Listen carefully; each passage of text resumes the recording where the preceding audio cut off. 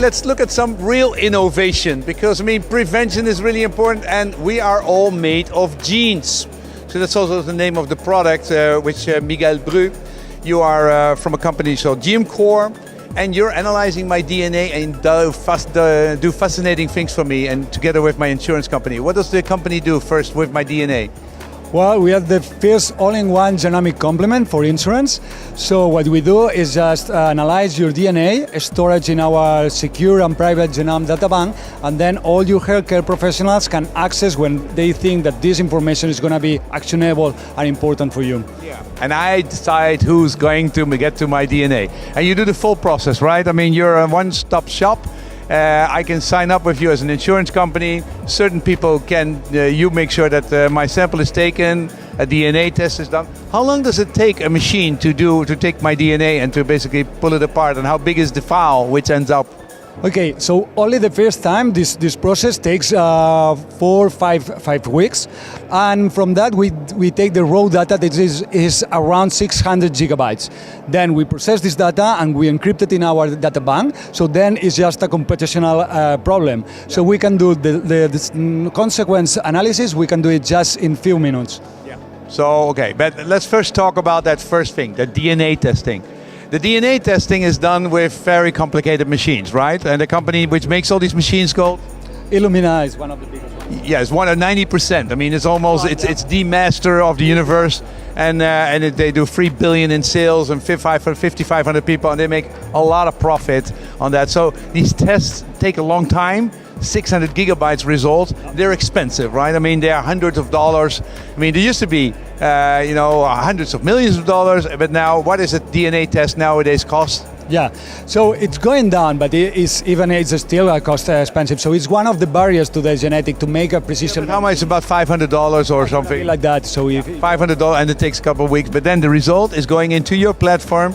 And then you also know when it's useful for my health. I mean, for what kind of reasons would I want to know my DNA? In what way do you say it's clinical, actionable? Yeah, well, it depends always about your family history and your clinical records. But we work together with your healthcare professionals. And it can be, for example, before prescribing any kind of drug. So drugs like omeprazole or maybe warfarin are drugs that are metabolized, and this is going in your DNA. So depending on the kind of DNA, or depending on your biology, yeah, the amount of doses of these drugs can change. Yeah. But it's not when I upload my DNA, you immediately say, hey, 80% chance on breast cancer or so many cancer for this, and don't I get a nice risk profile that because of my genes I have much more problems in this arena or that arena? Okay, we don't believe in that. We're not in there yet. I think that we are not. We don't really believe in the direct-to-consumer approach. We can have, for example, in cancer, 50% of the cancers we know that are genetic ones,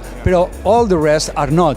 So it's just an information that we can use it, but we have to put it in with your clinical records and your family history to really have a big change for you. Okay, but most healthcare professionals have no idea how to analyze DNA. So what do you do if that world is not used to that kind of information? Well, that is one of the second barriers, the knowledge. That's why we already have genetic counselors that are the one who are here with you and with your healthcare professionals to help them to know in which moment this information is going to be actionable and uses for you. Okay. So you have a lot of barriers. First, it's the test. Secondly, it's the knowledge. And thirdly, you have to connect it to healthcare professionals and real healthcare information before it produces anything useful. Who wants to do it nowadays then? With so many barriers.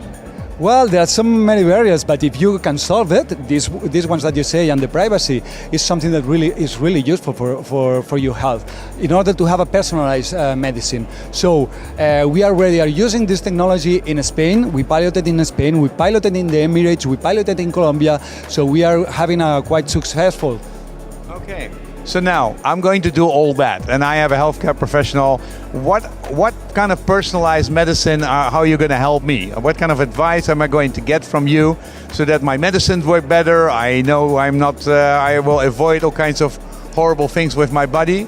Well, how practical is it at this moment?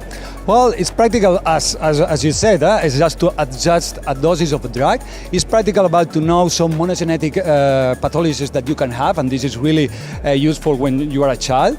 And also, it's practical because they can know some percentage of risk. That if we put it in context, for example, if you are a runner, you are running a lot, so maybe to know if you have a risk of a congenital risk of a sudden death, it would be important in order to know, to adjust, and to have more clinical checkups in order to be sure that nothing is going to happen. It's happen the same with breast cancer. For example, you have a high risk of breast cancer. It doesn't mean that we have to do always a mastectomy like Angelina Jolie, the famous cases.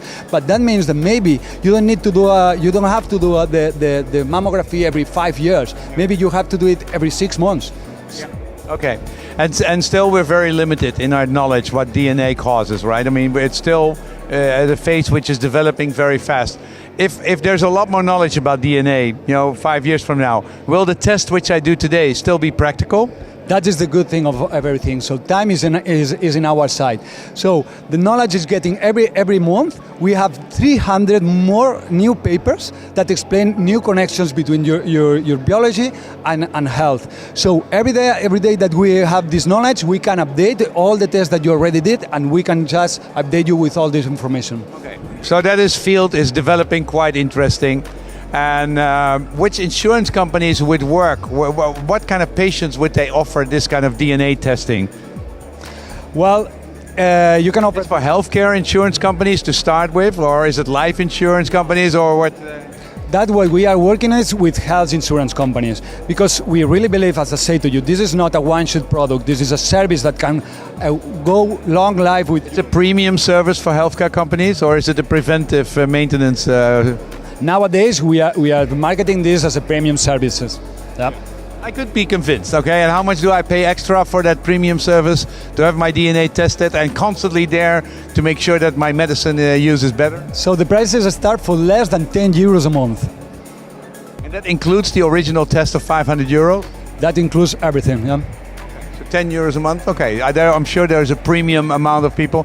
And how difficult is it for an healthcare provider, for a healthcare insurance company to provide this service?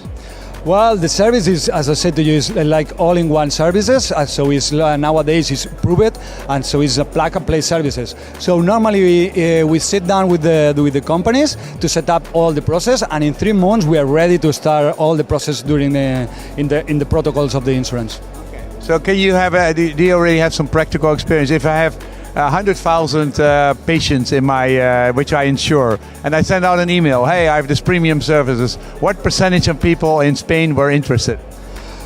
Well, the KPIs here are really tricky because, as I said to you, we already did some pilots, but the pilots have been really, really useful. One of the biggest things that we found is with corporates. When we go to the corporates and offer us like a premium for the labor, it's something that is 90% of people are really, really interested on that. As long as the corporation pays, it's everybody wants it. This already helps, and more here in Europe. In Europe, we are really used to have public, so we are not used to pay for insurance. Okay, so talk about the company. How long does the company exist? Well, we started the company 3.5 years ago. So me and my partner, we meet doing an MBA. We really believe. We start doing like a homework, like this business plan that you do on your business school. And then, we graduated in 2005 in January, and we found the company. 2015. 2015, yeah. Sorry. Okay. And how did you fund it? Well, we already raised 1.2 millions, and we are now looking for a Series A of 5 millions. What are you looking for at DIA? For DIA, well, what we are looking is for partners. We are looking for insurance companies that are interesting to really do this precision medicine to all the users. Yeah. So, insurance companies, if you want a nice premium service, I mean, this is really the company to be interested in, because I think that will work very well. So, how is DIA for you so far? Well, we're very happy with this Congress. It's the first time that we come here in DIA, and we are surprised about how everything goes really smooth. Everyone is just looking at the pitching. It's not the people is around here. So really nice conference. Okay, thank you very much. Good luck. And I'll go do my DNA testing right now.